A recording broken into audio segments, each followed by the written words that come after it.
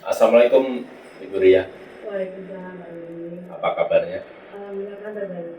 Oke, apa yang akan kita diskusikan hari ini? Boleh misalnya kalau urusan bisnis saya nggak terlalu itu ya. Mungkin masalah keluarga ya. Oke, kenapa keluarga penting? Iya, keluarga itu penting karena emang awal mula kita itu bermuara di keluarga. Pertama keluarga terdekat kita, orang tua kita, adik kakak kita, saudara kita. Setelah kita keluarga, setelah kita menikah, akhirnya kita bikin keluarga baru. Yaitu kita bersuami, terus mempunyai anak, dan itu sangat penting banget karena ya sumber motivasi kita ya di keluarga. Seberapa penting keluarga bagi Anda? Kalau dari 1 sampai 10, 10 penting banget sih. Kira-kira apa yang pengen Anda inginkan dari sesi coaching hari ini? Ya dalam kehidupan berkeluarga itu semakin baik, semakin harmonis mungkin, atau semakin kompak. Siap. Bagaimana caranya Anda tahu biar keluarganya bisa harmonis dan kompak? Biar tahu kompak ya, yang pertama sih komunikasi. Komunikasi ya. Bagaimana caranya? Sebisa mungkin kita dari bangun tidur sampai mau tidur lagi kita berbicara dari tadi.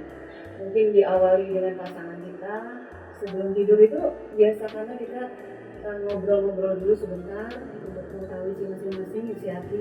Sebenarnya pasangan kita sedang bekerja seharian, dia ngapain aja ya kita bicarakanlah di malam hari. Ya suasana itu kayak ada mencair lah, ada chemistry-nya gitu. Kalau kita cuek-cuekan kan jadi kayak gimana gitu. Itu kan dengan pasangan nanti, kalau dengan keluarga mungkin anak atau orang tua.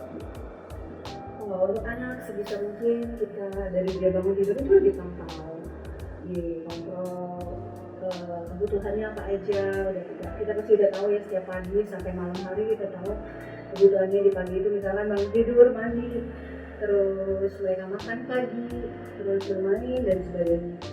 Nah untuk orang tua sendiri sih sebisa mungkin sering-seringlah menghubungi orang tua, karena pastinya sih kebanyakan dari kita jauh dari orang tua kan.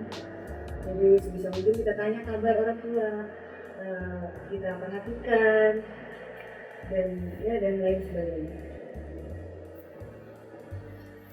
Apa ukuran Anda bisa mencapai komunikasi yang efektif tadi? Ukuran? Ya, maksudnya contohnya mungkin sehari sekali Anda ngobrol sama pasangannya, atau ngobrol sama anaknya atau orang tua, itu seberapa seringnya gitu, maksudnya dalam sehari atau seminggu atau berapa kali gitu. Kalau untuk pasangan yaitu suami atau istri ya sering mungkin dari bangun tidur kita udah ngobrol, terus setelah dia berangkat kita siapkan segala sesuatunya, kebutuhannya, dan setelah pulang kerja sebisa mungkin kita temani.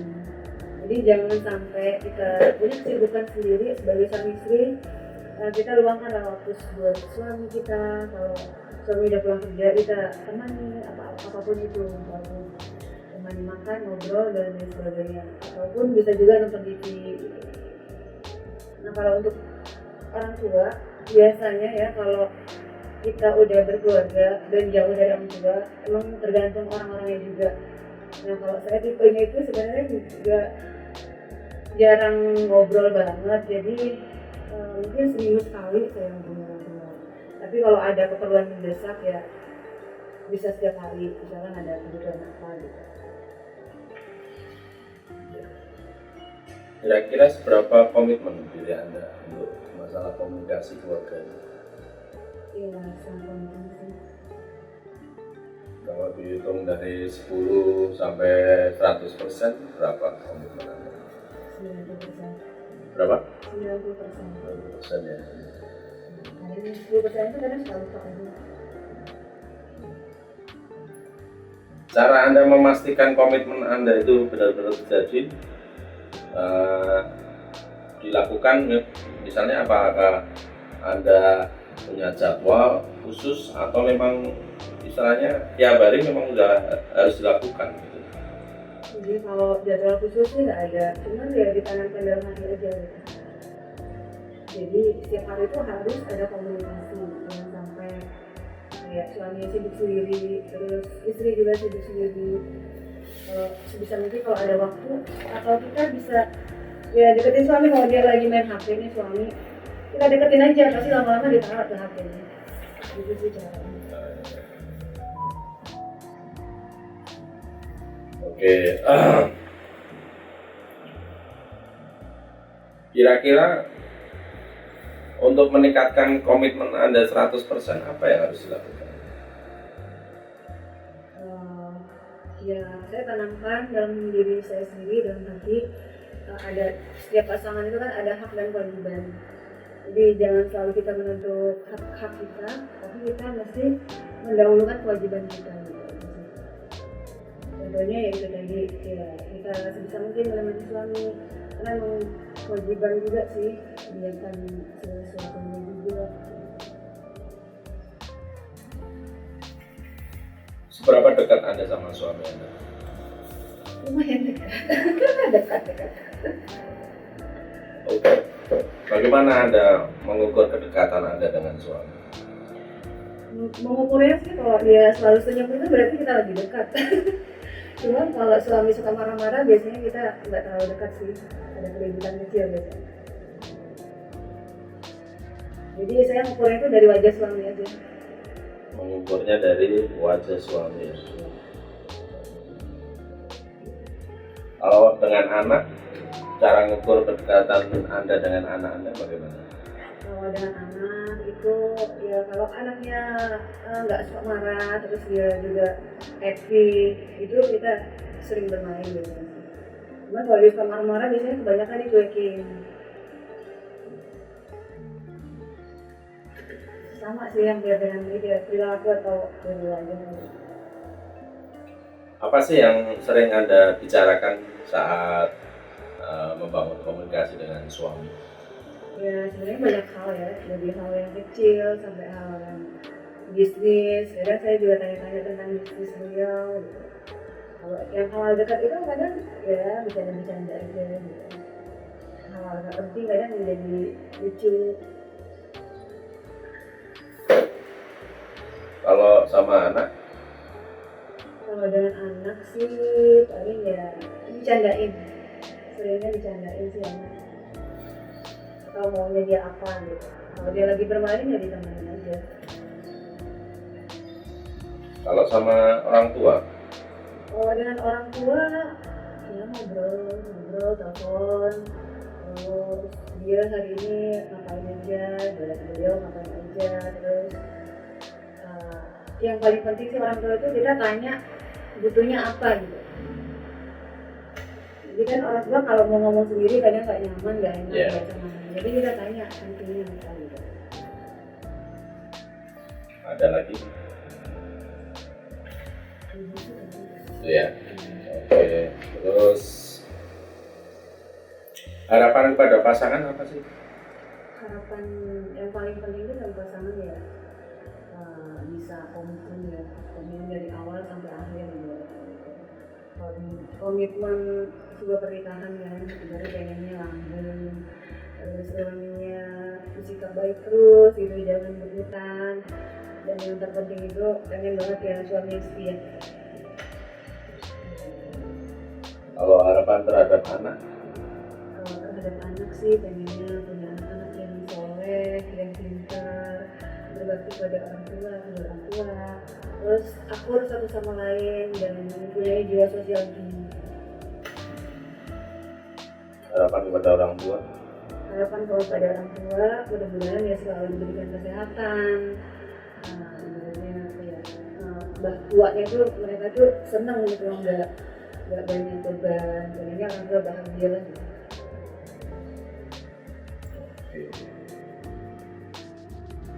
Hal besar apa yang ingin Anda ciptakan bersama pasangan? Sesuai sesuai impian kami sih, kami berdua pengen banget di tahun ini mudah-mudahan segera tercapai, pengen buat rumah impian karena emang kan kita sudah punya rumah, tapi ada kalanya kita pengen punya rumah yang sesuai harapan kita gitu. Misalkan punya rumah yang luas, halaman yang luas, ada tamunya mungkin gitu sih. Kalau harapan hal besar bersama anak apa? Kalau besar kepada anak sih, berhubung anak saya itu masuk pesantren baru tahun ini, hal yang besar itu pengennya anak itu benar-benar mendalami ilmunya, bisa direalisasikan, bisa ilmunya bermanfaat bagi dirinya dan bisa buat orang lain juga. Hal besar terhadap orang tua. Kalau besar terhadap orang tua, mudah-mudahan orang tua saya tetap istiqomah dan segera naik haji karena mau menikah. Untuk mewujudkan hal besar tadi, apa kendalanya? Yang pertama dengan misalnya dengan pasangan, ada kendala apa? Kendala sih sementara sih belum ada, cuma kita emang masih menunggu waktu yang tepat aja, mungkin kayak menabung, uang gitu. Emang kalau saya tipenya pengennya kalau punya sesuatu itu nggak pengen terburu-buru, nanti aja kalau ada waktunya pasti bisa. Kendala terhadap anak. Kendala terhadap anak, sebenarnya udah banyak sih, banyak. Cuman ya sebelumnya mungkin anaknya kan karena banyak main di rumah, jadi kayak ada apa sih banyak mainnya gitu. Nah, mudah-mudahan dengan di pesantren ini dan saya lihat beberapa bulan ini mudah-mudahan lebih baik lagi. Kendala terhadap orang tua. Kendala terhadap orang tua sendiri sih nggak banyak ya, cuman nggak ada sih sebenarnya kendala.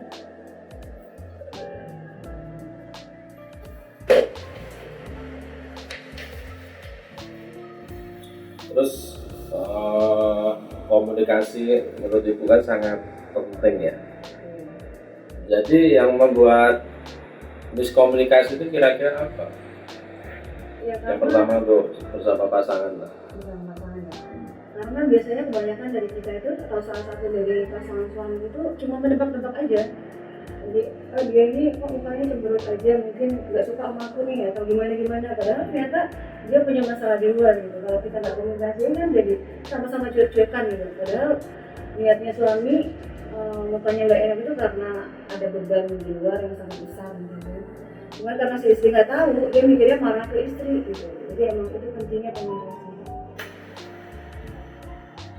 Kalau miskomunikasi sama anak, Miskomunikasi sama anak itu yaitu biasanya anak-anak itu kita terlalu sibuk, mungkin ya sibuk sendiri hingga kita lupa ngajak anak main, ngajak anak ngobrol, karena emang anak-anak itu masih masa bermain, ibaratnya belajarnya itu nggak terlalu banyak, masih masa bermain. Jadi kalau kita nggak tahu maunya mereka, akhirnya mereka suka ujung-ujungnya gitu. Jadi tentunya kita tanya dia maunya apa, mengapa, main lah kan.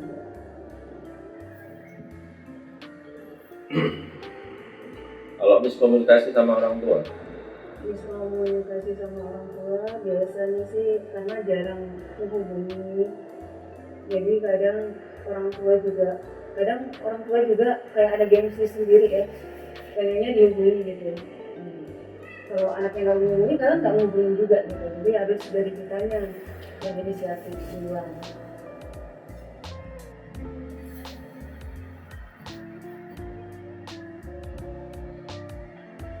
bagaimana Anda memastikan action Anda itu bisa terlaksana? Memastikan ada pelaksana. Ya, contohnya Anda kan istilahnya pengen komunikasi lebih sering sama suami. Anda biar pasti itu apa yang pengen Anda lakukan? Ya harus komitmen, juga komitmen. Kalau kita emang itu ya diingatkan untuk diri sendiri gitu, biar jangan sampai lupa untuk kewajiban kita tersebut. Kalau terhadap anak, Jadi sama aja sih, jangan Sama terlalu ya. sibuk gitu. orang tua? Orang tua ya sempatin waktu buat menghubungi orang tua, harus ini dicatat di pikiran kita sendiri, harus sering-sering, jangan cuma seminggu sekali sih, kurang sebenarnya, sering-seringlah menghubungi orang tua. Apa yang Anda perlukan dalam komunikasi yang efektif? Ya, yang diperlukan ya kedua belah pihak. Ya, suami nggak dari istri aja, jadi suami juga bisa tahu untuk hak dan kewajibannya itu. Jadi kalau emang salah satu kadang kan kurang efektif, kurang satu yang ngerti, jadi suami juga harus diingatkan untuk hal tersebut. Ya. Bahwa pentingnya komunikasi. Apa kira-kira langkah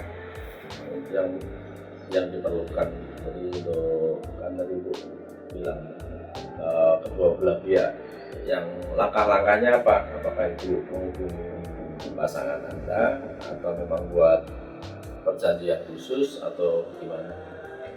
Yang paling kayak cerita aja dulu, cerita nih ya. Suatu hubungan itu kalau mau harmonis ya ini harus ada dari dua belah pihak. Kalau kita sendiri kan kadang nggak terlalu rumit gitu. Jadi ya atau kita kasih tadi kasus gitu, contoh-contoh kenapa orang itu bisa bercerai gitu ya, karena rata-rata kurang komunikasi.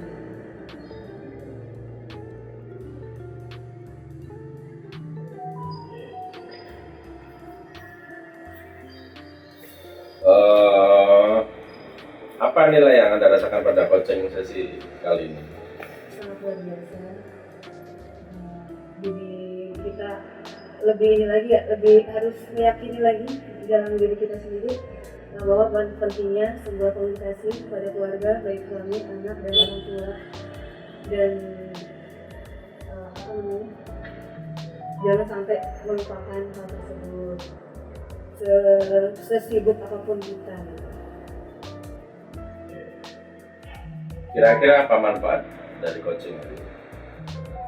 Ya, manfaatnya sih setelah coaching ini saya bisa diskusikan baru suami, kami bisa ngobrol lagi, mudah-mudahan ke depan lagi hubungan kami semakin harmonis, semakin baik, dan semakin lama.